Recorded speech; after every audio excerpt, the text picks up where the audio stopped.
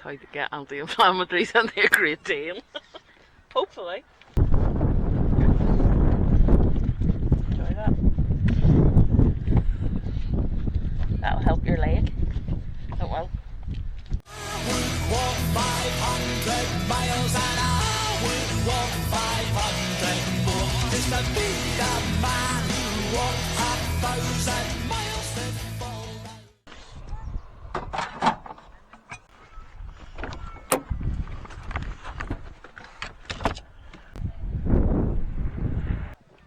Hey, ready?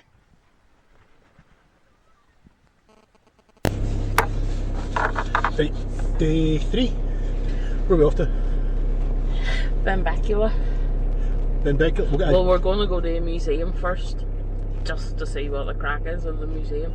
But then we're going to Benbecula to do a lap of it. Yeah, we'll see how much we can get done in Benbecula and maybe pick off a few more sites on South Uist. There's a few sites in the north of South Uist, the north of South Uist, the north end of South Uist that we didn't get to yesterday or the day before. So we're going to try and pick off a few of them today as well. Let's go.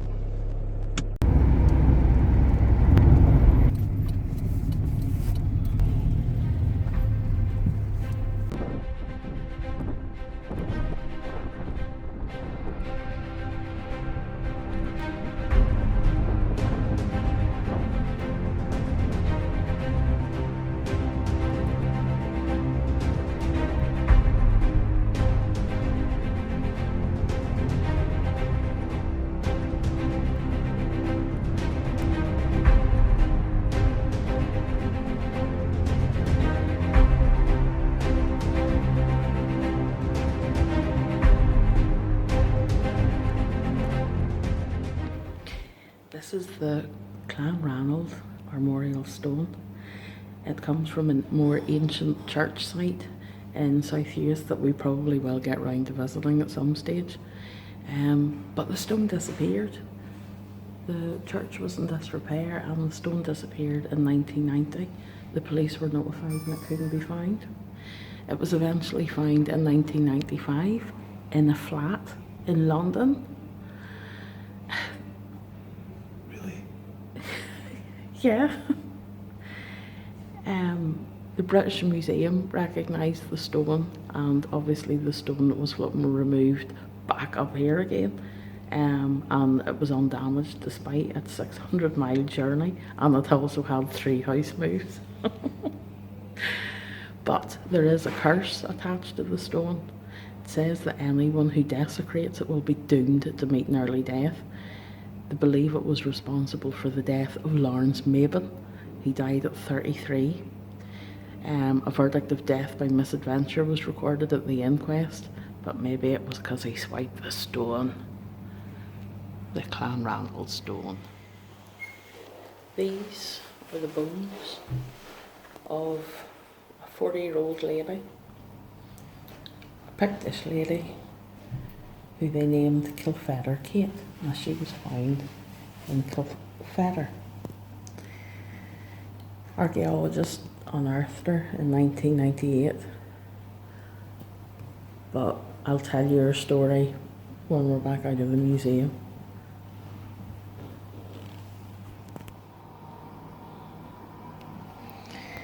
I think you can see from that little pictorial thing that the shape of housing on the islands hasn't really changed ever.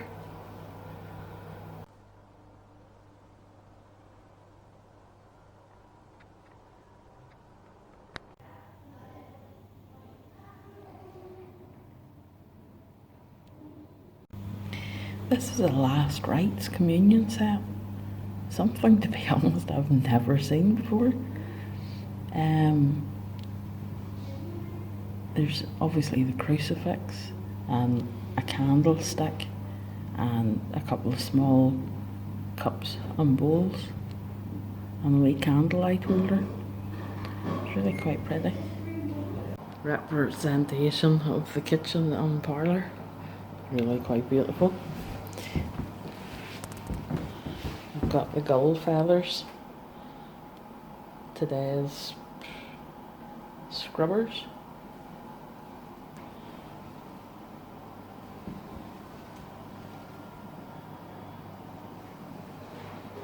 and a big old dresser.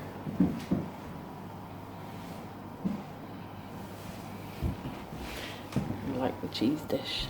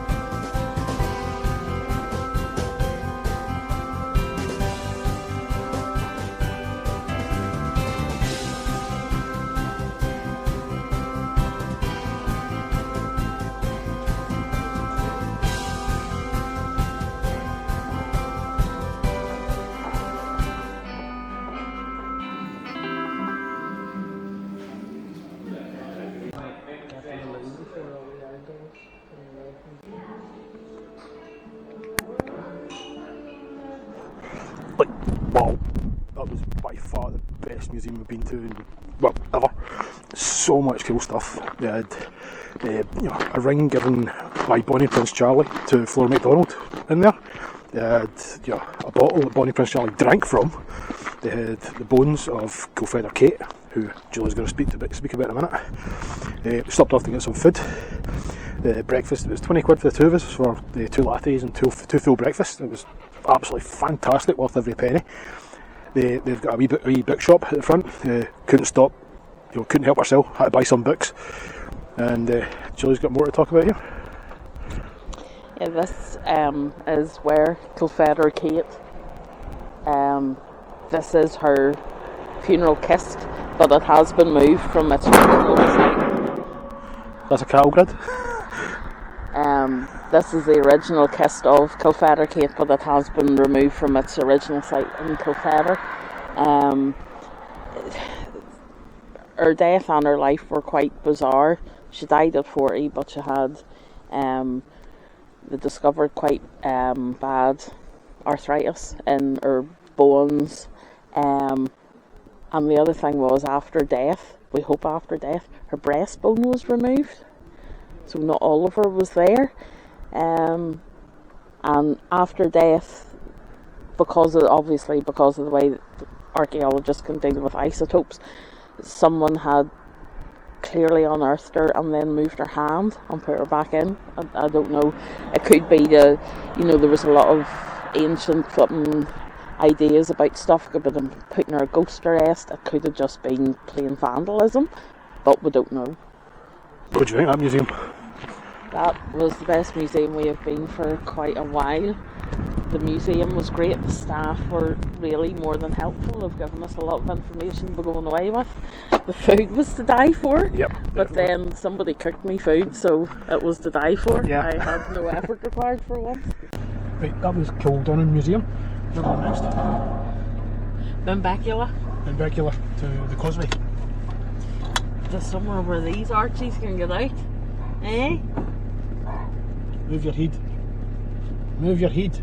Move your head. Right, Martin's jet, just randomly goes through the middle of a field.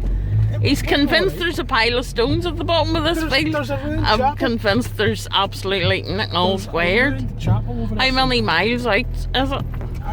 One, maybe two. Like this. Hello? Were you aware that there is certain places in a graveyard that you can be buried? Depending on how you died or who you were in life?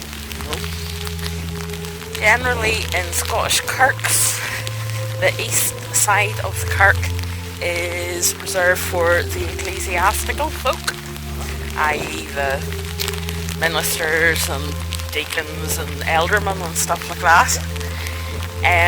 The north side is generally murderers, those who've been murdered, accidental deaths and suicides. Accidental deaths, suicides, murderers, and the people they murdered. Yeah. Yes. The south side of the kirk is generally where the more well-to-do, the upper class folk would be buried, and the west is what is classed as the rabblement. That would be just the rest of us.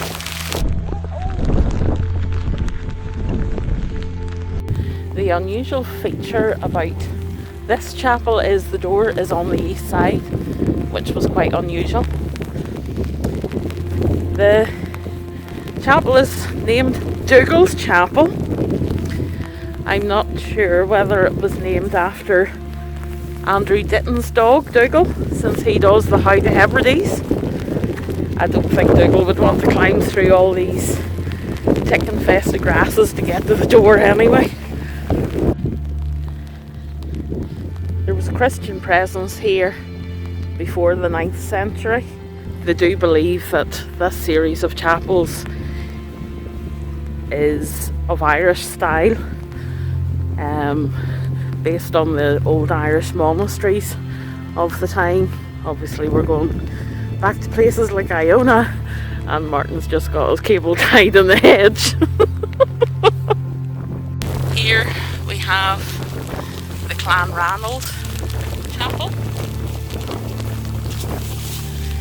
It's on the highest ground and also the oldest ground. You can't see him, he's in camel, don't panic. This also has an east facing door, which is very unusual in chapels and monastic sites. John of Moydart bequeathed monies to rebuild this chapel, and he was built here in 1574. The armorial panel, which went missing from this chapel, is now in Kildonan Museum, and we saw it earlier on and learnt the grisly story behind it. So altogether we have Dougal's Chapel, St Mary's Church, St Dermot's Chapel and Clanranald Chapel. There was another chapel demolished in 1866, but it's now a burial enclosure.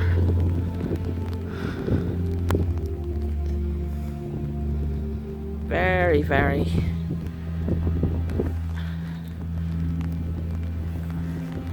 atmospheric. The Celtic crosses everywhere you look.